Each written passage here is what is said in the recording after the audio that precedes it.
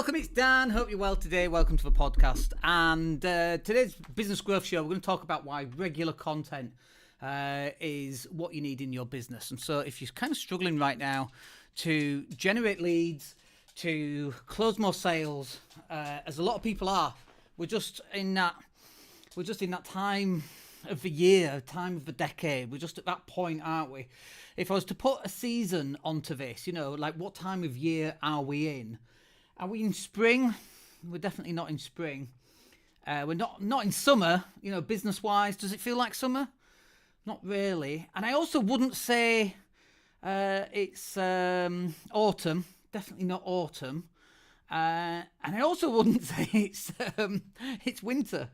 It's like, we're in March anyway, but like from a business point of view, I feel like winter is just finishing and we're just on this transition to spring. Once we get a new government, I think that will help.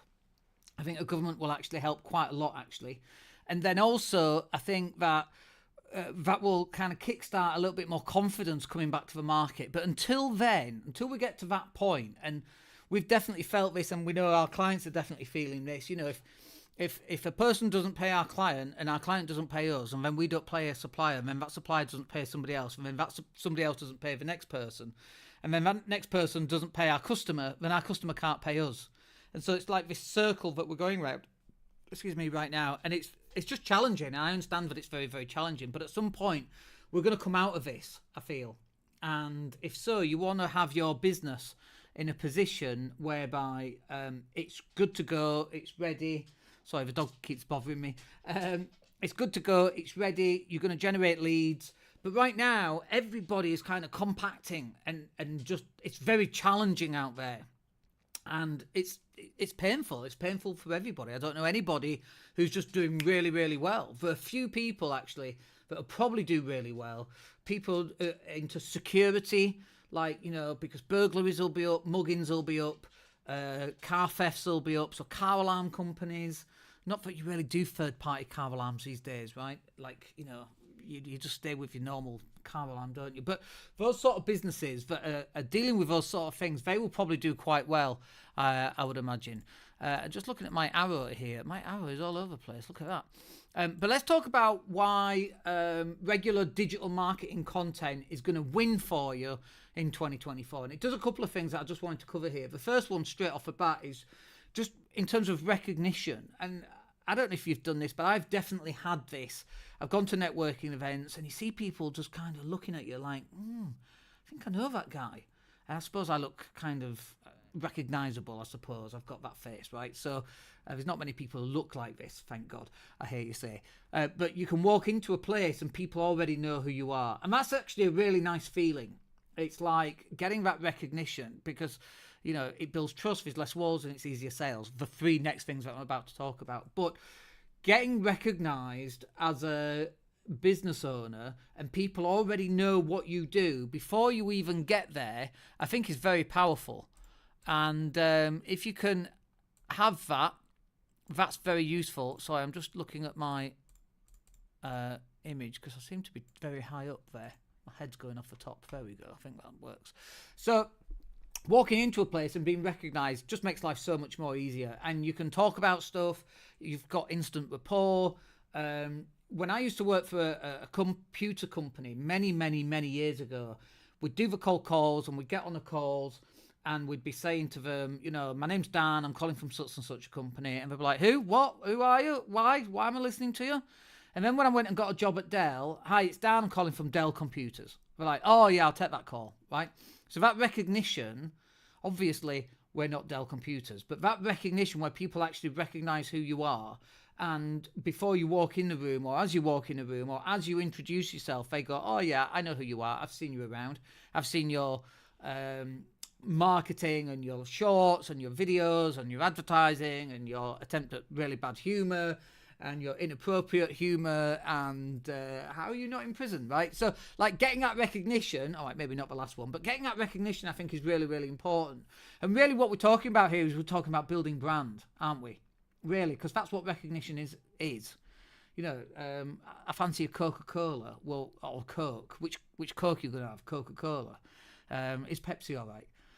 right? So that's for brand recognition. And if you can build as much brand, and so I was chuckling like a 9-year-old boy today because I was talking about planting seeds in people, which I just thought was incredibly funny, talking to my number 2 in charge, Graham. He manages all the delivery for all the clients. I was talking about putting seeds in people.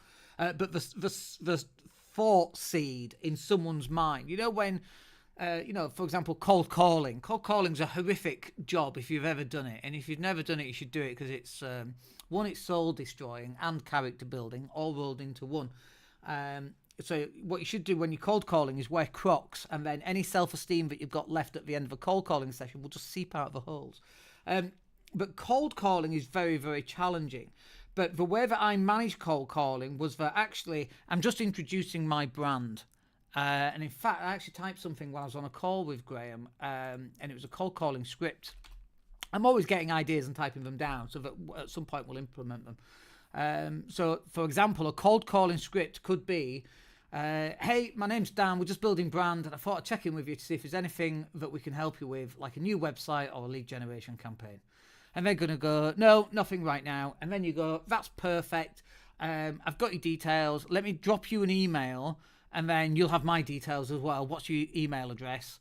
So then you can email them as well. And then, is there anything else in the meantime? Shall I give you a call in a week? Have you got any ideas about growing your business that you might want to discuss? They might tell you to piss off at some point, but that's all right if you do that because you're building brand. No, piss off, never phone me again. Perfect. I'll drop you an email in 3 months then. So it's like, that's the brand building and sowing that seed and trying not to snigger like a 9-year-old child, which I often am. I'm 51 for God's sake, but I still find it funny. But building brand is really, really important, and getting that brand recognition. And brand recognition isn't just, by the way, your business, but it's you as an individual. There's the product, there's the business, and there's the person. And the brand should be built on all 3 of those topics. That's probably something I should write down for tomorrow's session. So there's the person, the product, and the business. Let me just write that down. We'll talk more about that tomorrow. The business, brand building. Okay, because I think it's useful to cover that stuff. Just because if you don't know this stuff, like as a lot of people don't, and why would you know this stuff, right? Then it's down to people like me just to kind of run through it and explain it. So you're going to pick it up either on a long form podcast such as this, or on some of our shorts that we do. But getting that recognition will help you close a lot more sales. And then let's just move on to the next one then, which is trust. So regular content will help you build trust over time. Now, this is a mistake that I see a lot of people making, and you might be making this mistake as well. So what happens is they produce a video, and it's challenging for them to produce videos, and it's difficult producing a lot of videos in particular, which, by the way, is why we have our 375 product, where we interview you, pull out 20 videos out of that interview, and then schedule them for you, which is really cool. And then any gaps where we haven't got a video, 30 days, we have 20 videos, we'll make an extra 10 images just to plug any gaps for you. That's like a 375 product, which is really cool. And we've had some people take us up on that this month already, which is really nice, by the way, because I can see the results that people are getting from that, which is really cool. But creating video on a regular basis is challenging. But if you can do that more than just over 10 or 12 or 14 days, but get used to doing it consistently over months, you're going to build this level of trust in the marketplace, because even if you forget for a week or two and then you start doing it again, they'll go, oh yeah, look, it's back again. And if you stop doing videos, people go, oh, where are your videos? And we've literally had emails when we haven't done podcasts where people come back and go, oh, Dan, where's your podcast? I like listening to your voice. And which just blows my mind because I sound like this, for goodness sake, right? So, but we literally have had emails like that where people have asked us to keep going with the podcast. And so we do. And so I find that really interesting. And so what happens is over a period of time is that you're starting to build trust with people. People can see you. You become a regular on the podcast circuit or on the video circuit, on Facebook, on the shorts and on Instagram and on TikTok and all of that kind of thing. And what's happening is over a long period of time, you're having these little touch points with people that you have no idea who's watching your content, but you have these touch points. And over a longer period of time, that is actually building up trust for your business. And what happens when you build up trust is it just makes life a lot easier for you to go ahead and close business. And then a consequence of building up the trust is that you have less barriers to entry. You have less walls. So if I put an email out saying, hey, I noticed your website's out of date. Did you want to jump on a call for an update? If they've seen some of my content, then why would they not want to look at that content or look at that opportunity to book a strategy call, for example? And so you have less barriers to entry, less walls to climb, less, what do we call it in a castle? I can't think of a word, where you have turrets, and I can't remember what the actual thing is. But you've got less of those. It's not a moat. I can't think of a word. Can't think of it. Anyway, but you've got less barriers to entry, and it just means that people are more amenable to actually jumping on a call with you, because you've already demonstrated who you are. You've already demonstrated expertise. You've already built some trust. They already recognize you either from your voice or from what you sound like. So, and I've mentioned this before, we were at a networking event. I was talking to this lady, and she's like, you sound really familiar. And she couldn't place where. And then she looked at my name tag, and she's like, I've listened to your podcasts, which is amazing, right? And then she went and got a friend, a dude, who came over and said, oh, this is Dan, you listen to his podcast. She's like, oh, yeah. So, like, you have less barriers to entry. It just makes life a lot easier. And so then in turn, from all of that, this is really why we're doing it. You're just going to get some easier sales here. And getting easier sales, like, let me ask you a question. Do you want hard sales or do you want easy sales? Which of those would you prefer, right? It's like, it's not a trick question. Obviously, you, like everybody else, wants easier sales. But the way in which you're going to get easier sales is by creating a lot more content, building a lot more recognition, building a lot more trust, becoming the expert in your marketplace, having less walls and less barriers to entry to getting into a conversation. And then guess what happens when you're in that conversation? People already know when they're booking a strategy call with me, they already know that they want to do business. And the reason why they already know they already want to do business, bear in mind they don't know how much it is yet. Sometimes they do, but sometimes they don't. Bear in mind that they still want to jump on that call is because of all of the work that we've done, which will lead us to easier sales. It's pre-selling. And if you can pre-sell something, by the time that person's already made a decision before they get on the call, being on the call just confirms that you're not an idiot, you're not an asshole, right? And that they actually want to do some business with you. It's really, really easy.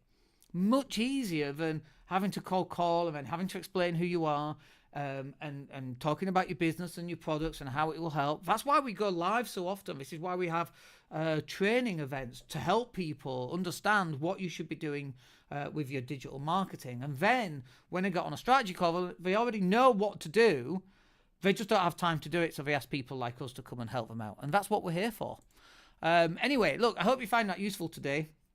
That is regular content and why it wins and why you should be doing it as well. If you've got any questions, just hit me up and we'll give you a hand.